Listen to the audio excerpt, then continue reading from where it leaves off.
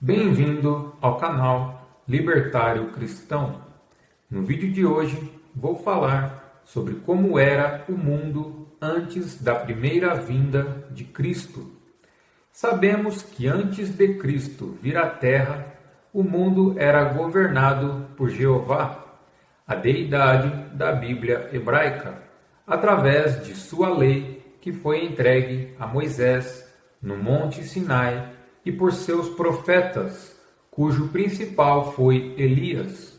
Jeová fazia muitos milagres, como o dilúvio descrito no livro de Gênesis, que matou quase toda a raça humana, com exceção de Noé e sua família, a chuva de fogo em Sodoma e Gomorra, as pragas do Egito, a passagem pelo Mar Vermelho, etc.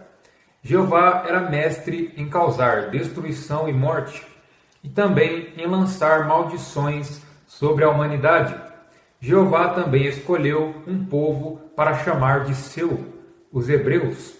A aliança de Jeová com os hebreus começa com Abraão, passando por Isaque, Jacó, que posteriormente foi chamado de Israel, os 12 filhos de Jacó, ou 12 tribos de Israel, até chegar em Moisés, que foi o hebreu egípcio que liderou o êxodo, a saída do povo hebreu do Egito. Liderados por Moisés, os hebreus invadiram e saquearam vários povos vizinhos, e tudo isso a mando de Jeová. Jeová, que na Bíblia Almeida é chamado de Senhor, também gostava de receber oferendas e sacrifícios de animais, aquilo que era chamado de holocausto. Vejamos agora algumas das obras do Deus hebraico. Em Êxodo capítulo 7, versículos 17 ao 19, encontramos, abre aspas, assim diz o Senhor, nisto saberás que eu sou o Senhor. Eis que eu, com esta vara que tenho em minha mão, ferirei as águas que estão no rio, e tornar-se-ão em sangue. E os peixes que estão no rio morrerão, e o rio cheirará mal. E os egípcios terão nojo de beber da água do rio. Disse mais o Senhor a Moisés, dize a Arão, toma a tua vara e estende a tua mão sobre as águas do Egito, e sobre as suas correntes, sobre os seus rios, e sobre os seus tanques, e sobre todo o ajuntamento das suas águas, para que se tornem em sangue, e haja sangue em toda a terra do Egito, assim nos vasos de madeira como nos de pedra. Fecha aspas. Que belo prodígio, transformar água em sangue e amaldiçoar toda uma nação. Ainda no livro de Êxodo, agora no capítulo 3 e versículos 20 ao 22, encontramos, abre aspas, porque eu estenderei a minha mão e ferirei ao Egito com todas as minhas maravilhas que farei no meio dele. Depois vos deixará ir, e eu darei graça a este povo aos olhos dos egípcios. E acontecerá que, quando sairdes, não saireis vazios, porque cada mulher pedirá à sua vizinha e à sua hóspeda joias de prata e joias de ouro e vestes, as quais poreis sobre vossos filhos e sobre vossas filhas, e despojareis os egípcios. Fecha aspas. Vejam que Deus virtuoso e admirável. Ele não apenas promete que vai ferir o Egito, ou seja, matar os egípcios, como também promete que vai despojar os egípcios, isto é, roubá-los e entregar todas as suas riquezas aos hebreus. Isto é uma deidade ou um gangster? Brincadeiras à parte, vejamos agora o fetiche de Jeová por sacrifícios de animais. Em Êxodo capítulo 29, versículos 10 ao 14, encontramos, abre aspas, traga o novilho, o bezerro, para a frente da tenda do encontro. Arão e seus filhos colocarão as mãos sobre a cabeça do novilho, e você o sacrificará na presença do Senhor. defronte da tenda do encontro. Com o dedo, coloque um pouco do sangue do novilho nas pontas do altar e derrame o resto do sangue na base do altar. Depois tire toda a gordura que cobre as vísceras, o lóbulo do fígado e os 2 rins com a gordura que os envolve e queime-os no altar. Mas queime a carne, o couro e o excremento do novilho fora do acampamento. É oferta pelo pecado. Fecha aspas. Jeová parece gostar do sangue do bezerro e da fumaça que sobe de seus órgãos queimados. Era assim que os hebreus faziam expiação dos pecados e aplacavam a ira do Senhor. Para conhecer todo o processo de sacrifício de animais, leia o capítulo 29 do livro de Êxodo. Vimos que Jeová era uma deidade tribal, sanguinolenta, brutal e irada. E se a terra era governada por ele, então os seres humanos viviam em completa desgraça. Isso explica por que Cristo teve que vir à terra e passar pelo processo de crucificação e ressurreição. Segundo a Bíblia marcionita, Jesus desceu dos céus até a terra para pregar o Evangelho aos pobres e curar os doentes. Logicamente, a lei de Jeová não estava de acordo com o propósito de Deus para a humanidade, senão a vinda de Cristo teria sido em vão.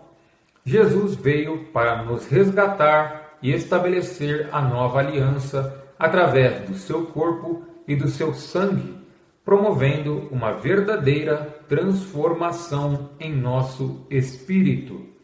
Vejamos algumas passagens da Bíblia marcionita acerca da vinda de Jesus e de sua missão na terra. Jesus disse: "Pois não há coisa secreta que não se manifeste, nem oculta que não será conhecida e se veja." Evangelho do Senhor, capítulo 5 e versículo 3. Paulo escreveu: "Cristo e Deus trarão à luz as coisas ocultas das trevas e revelarão os conselhos dos corações. E então cada um terá o louvor de Deus, porque somos feitos espetáculo para o mundo, para os anjos e para os homens." 1 Coríntios, capítulo 4 e versículos 1 e 2. Em 1 Coríntios, capítulo 7 e versículos 16 ao 18, Paulo escreve, abre aspas, "Mas digo isto, irmãos, o tempo é curto. Resta que ambos os que têm esposas sejam como se não tivessem nenhuma, e os que choram como se não chorassem, e os que se alegram como se não se alegrassem, e os que compram como se não possuíssem, e os que usam este mundo como se não o abusassem, pois a forma deste mundo já passou." Fecha aspas. Se a forma deste mundo já passou, então a antiga aliança pertence ao passado e foi anulada por Cristo, juntamente com o governo de Jeová. Em Gálatas, capítulo 4 e versículos 1 ao 5, encontramos uma passagem muito reveladora e também muito utilizada pelos marcionitas, como se segue, abre aspas, "Quando éramos crianças, fomos mantidos sob os elementos do cosmos, mas quando chegou a plenitude dos tempos, Deus enviou seu Filho para resgatar os que estavam debaixo da lei, para que recebêssemos filiação. E porque sois filhos, ele enviou seu Espírito em vossos corações, clamando, Abba, Pai, pois na verdade estáveis em cativeiro com aqueles que não são por natureza deuses." Fecha aspas. Ou seja, antes da vinda de Cristo, ainda não tínhamos maturidade espiritual. Estávamos órfãos de Deus e sob a maldição da lei, e escravizados por falsos deuses, que os gnósticos reconhecem como os arcontes. Foi necessário, então, que o Pai Celestial enviasse o seu Filho para nos resgatar e nos adotar. Esta passagem de Gálatas revela que a humanidade vivia sob trevas antes da vinda de Cristo e que a lei de Jeová é maldita. Para encerrar, vejamos a passagem de Laodicenses, capítulo 2 e versículos 1 ao 6, como se segue. Abre aspas. E estáveis mortos em ofensas e pecados, no que andastes de acordo com a realidade do sistema mundial, o poder do governo humano, o espírito que agora opera nos filhos daqueles que se opõem obstinadamente à vontade divina, entre os quais também todos nós vivemos nas paixões da nossa carne, fazendo a vontade da carne e da mente. E fomos, por natureza, os filhos da ira, assim como o resto.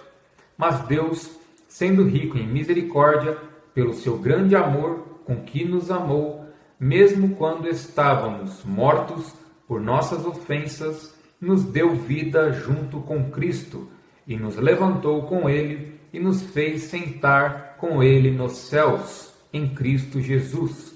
Fecha aspas.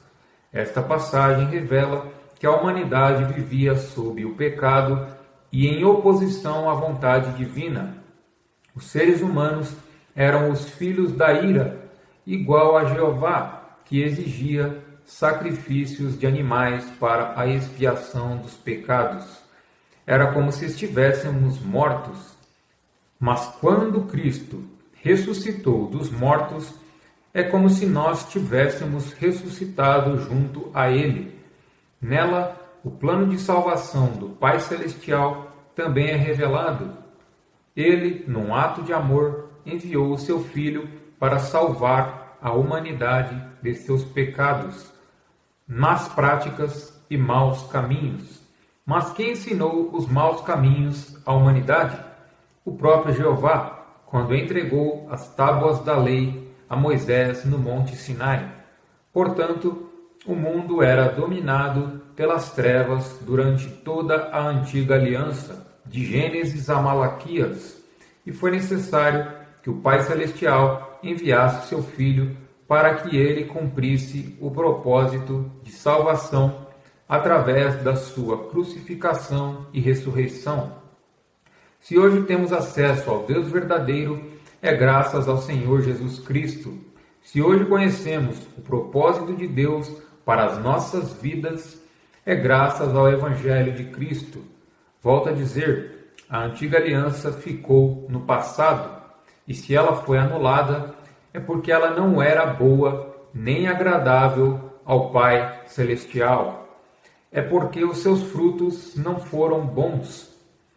Então, devemos permanecer na graça de Cristo e não devemos retornar às práticas da antiga aliança, para que não sejamos como os apóstatas e incrédulos. Fico por aqui. Se gostou, deixe o like, inscreva-se no canal e ative o sininho de notificações. Até a próxima!